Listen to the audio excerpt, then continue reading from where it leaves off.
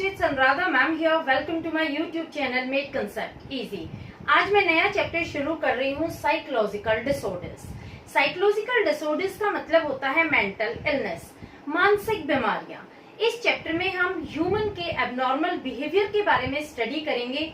क्या होता है एबनॉर्मल बिहेवियर, क्या कॉजेस होते हैं एबनॉर्मल बिहेवियर के, कौन कौन से सिम्टम्स होते हैं एबनॉर्मल बिहेवियर के और कौन कौन से मेजर साइकोलॉजिकल डिसऑर्डर्स हैं। देखो, एबनॉर्मलिटी की वैसे तो बहुत सारी डेफिनेशंस हैं, लेकिन किसी भी डेफिनेशन को यूनिवर्सल एक्सेप्टेंस नहीं मिला।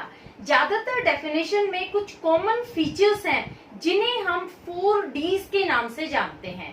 ये 4Ds कौन कौन सी हैं, ये मैं आपको वन बाय वन करके एक्सप्लेन कर रही हूँ। देखो, पहली 4D आती है डेविएंस। डेविएंस का मतलब होता है अनयूजुअल, डिफरेंट, एक्सट्रीम। ऐसा बिहेवियर जो अनयूजुअल होता है, जो दूसरों से अलग होता है, और एक्सट्रीम यानी वो कुछ ज्यादा होता है। ये बिहेवियर डेविएंट बिहेवियर माना जाता है क्योंकि ये डिफरेंट होता है नॉर्मल बिहेवियर से। सेकंड D आती है डिस्ट्रेस। डिस्ट्रेस का मतलब होता है ऐसा बिहेवियर जो अनप्लेजेंट होता है, अनरेस्ट होता है, डिस्ट्रेसिंग होता है। वो खुद को भी डिस्ट्रेस करता है और दूसरों को भी डिस्ट्रेस करता है। खुद भी परेशान रहता है उस बिहेवियर से पर्सन, और दूसरों को भी वो परेशान करता है। तीसरा D आता है डिसफंक्शन। डिसफंक्शन में होता है interfering with person's ability to carry out daily activities. इसमें पर्सन ऐसे सोचता है कि मेरे अंदर वो एबिलिटीज नहीं है कि मैं अपनी लाइफ अच्छे से जी सकूं, मेरे अंदर वो एबिलिटीज है ही नहीं कि मैं अपनी डेली एक्टिविटीज को कैरी आउट कर सकूं। यहाँ वो सोसाइटी की नॉर्म्स को फॉलो नहीं करता, वो एबनॉर्मल बिहेवियर शो करता है। नेक्स्ट D आती है डेंजर। डेंजर में आता है ऐसा बिहेवियर जो डेंजरस होता है खुद के लिए भी और दूसरों के लिए भी। जब आप एबनॉर्मल बिहेवियर कर रहे हैं तो वो खुद के लिए भी डेंजरस होता है और दूसरे लोगों के लिए भी डेंजरस होता है वो, क्योंकि किसी को भी नुकसान पहुंचा सकता है। देखो, एबनॉर्मल बिहेवियर का लिटरल मीनिंग होता है अवे फ्रॉम नॉर्मल।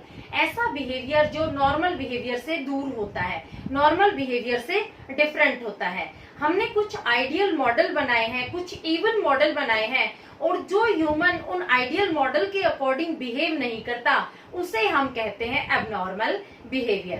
तो एबनॉर्मल बिहेवियर का मतलब होता है deviation from clearly defined norms and standards.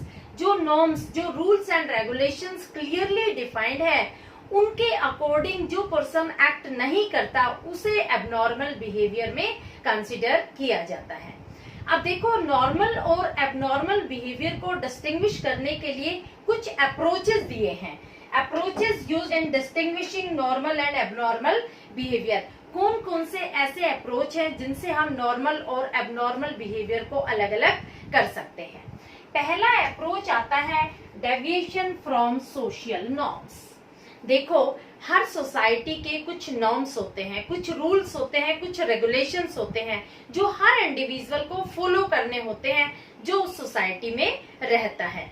और ये नॉर्म्स बनाता कौन है? ये नॉर्म्स हमारे ग्रो होते हैं कल्चर में। जैसा कल्चर होता है सोसाइटी का, उसी के अकॉर्डिंग उसके नॉर्म्स डेवलप किए जाते हैं और वो नॉर्म्स हर ह्यूमन बीइंग को फॉलो करने होते हैं। जो उन सोसाइटल नॉर्म्स को ब्रेक करता है उसके बिहेवियर को एबनॉर्मल बिहेवियर कंसिडर किया जाता है, उसको डेविएंट फ्रॉम सोसाइटी कंसिडर किया जाता है। देखो, हम एग्जांपल लेते हैं इंडियन सोसाइटी का।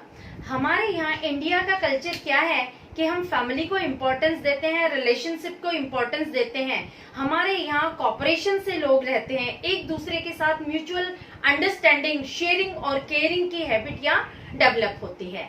यहाँ मॉरल वैल्यूज को कंसिडर किया जाता है।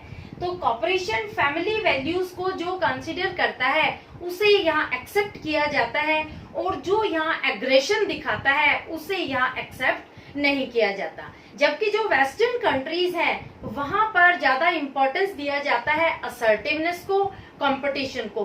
वहां यूजुअली न्यूक्लियर फैमिली को इम्पोर्टेंस दिया जाता है। देखो, वेस्टर्न कल्चर में अगर एक लड़का अपनी फैमिली से लड़ाई झगड़ा करके ज्वाइंट फैमिली से न्यूक्लियर फैमिली में चला जाता है, तो इस चीज को इजीली एक्सेप्ट किया जाता है।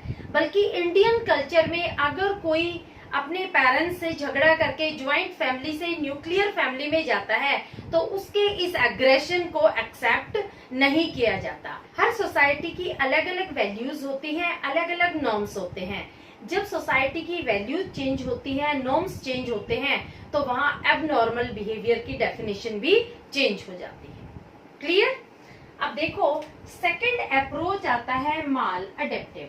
देखो एबनॉर्मल बिहेवियर को माल एडेप्टिव भी बोलते हैं। जो लोग इजीली अपने आप को सिचुएशन के अकॉर्डिंग अडेप्ट नहीं कर सकते, जो एडजस्ट नहीं कर सकते, जो पुअरली एडेप्टेबल हैं सिचुएशन के लिए, उन्हें हम बोलते हैं maladaptive. Normality of behaviour fosters the wellbeing of individual, not necessary whether society accept it और नॉट। देखो किसी भी बिहेवियर की नॉर्मेलिटी का क्राइटेरिया ये होता है कि इंडिविजुअल की वेलबींग की फॉस्टरिंग की जाए, इंडिविजुअल का वेलबींग डेवलप हो, उसका ग्रोथ हो। ये जरूरी नहीं है कि उस बात को सोसाइटी भी एक्सेप्ट करे। इसमें आप बहुत अच्छा एग्जाम्पल दे सकते हैं राजा राम मोहन रॉय का। जब उन्होंने बाल विवाह और सती प्रथा का विरोध किया तो सोसाइटी ने इस बात को एक्सेप्ट नहीं किया, लेकिन इस चीज में फोस्टरिंग ऑफ सोसाइटी थी, इसमें फोस्टर था, डेवलपमेंट था, ग्रोथ था। देखो एक नॉर्मल बिहेवियर का क्राइटेरिया होता है it fosters the wellbeing of individual, upliftment of individual, growth of individual. ये जरूरी नहीं है कि सोसाइटी एक्सेप्ट दैट थिंग और नॉट। जब इंडिविजुअल की वेलबींग का फोस्टर नहीं हो पाता है तो उसका ग्रोथ रुक जाता है, आगे जाकर के उसका डेवलपमेंट नहीं होता। एक एग्जाम्पल आप ले सकते हैं, एक बच्चा है जो क्लास में कभी भी आंसर नहीं देता, हर क्वेश्चन उसे आते हैं, हर क्वेश्चन का उसे जवाब पता होता है, लेकिन टीचर जब भी क्वेश्चन पूछती है वो साइलेंट रहता है, वो कभी बोलता ही नहीं है। तो ये क्या है? ये एक माल एडेप्टिव बिहेवियर है। आगे जाकर के उस बच्चे का ग्रोथ, उसका डेवलपमेंट रुक जाएगा। समझ में आया? माल एडेप्टिव बिहेवियर क्या होता है? जब हम अपने आप को सिचुएशन के अकॉर्डिंग अडेप्ट नहीं कर सकते, जब हम पुअरली एडेप्टेबल होते हैं सिचुएशन के लिए, वो होता है माल एडेप्टिव बिहेवियर। जहां पर डेविएंट है वहां पर माल एडेप्टिव बिहेवियर है, और जहां माल एडेप्टिव बिहेवियर है वहां पर हमेशा ग्रोथ हैम्पर होगा, हमेशा वेलबींग ऑफ इंडिविजुअल हैम्पर होगी। क्लियर? देखो हमारी सोसाइटी में एबनॉर्मल बिहेवियर को इजीली एक्सेप्ट नहीं किया जाता है। लोग उसमें वेग आइडिया देते हैं अबाउट साइकोलॉजिकल डिसऑर्डर्स। अगर किसी पर्सन को कोई साइकोलॉजिकल डिसऑर्डर है तो वो हेजिटेट करेगा, वो बताएगा ही नहीं किसी को, वो डॉक्टर से भी कंसल्ट नहीं करेगा। क्यों नहीं करेगा? क्योंकि उसको शर्म आती है। सोसाइटी में लोग उसको गलत बोलते हैं, कोई कहता है इसमें भूत आ गया, कोई कहता है प्रेत आ गया, कोई आत्मा आ गई। तो इस तरह से लोग सुपरस्टिशन फॉलो करते हैं, लोग इग्नोरेंट होते हैं इस बारे में, और वो पर्सन डरता है, उसमें फियर होता है, वो कभी भी अपने आप को एक्सप्रेस नहीं कर पाता है डॉक्टर के सामने, किसी भी साइकोलॉजिस्ट से वो कंसल्ट नहीं करता है। तो ये स्टिग्मा होता है, एक तरह का कलंक जो उसके ऊपर लगा दिया जाता है। Stigma attach to mental illness. हर डिसऑर्डर को, हर मेंटल डिसऑर्डर को एक स्टिग्मा से अटैच कर दिया जाता है, इसीलिए person feel ashamed to consult doctor. इसलिए कभी भी एक पर्सन जिसका एबनॉर्मल बिहेवियर है, जो साइकोलॉजिकल डिसऑर्डर फेस कर रहा है, वो डॉक्टर से, साइकोलॉजिस्ट से कंसल्ट नहीं करता। क्लियर? तो ये सारा था आपको इंट्रोडक्शन ऑफ साइकोलॉजिकल डिसऑर्डर्स, कैसे ये साइकोलॉजिकल डिसऑर्डर होता है। नेक्स्ट वीडियो लेक्चर में मैं आपको बताऊंगी क्या हिस्ट्री है इस साइकोलॉजिकल डिसऑर्डर्स की। Please like, subscribe and share it to your friends. Okay, thank you.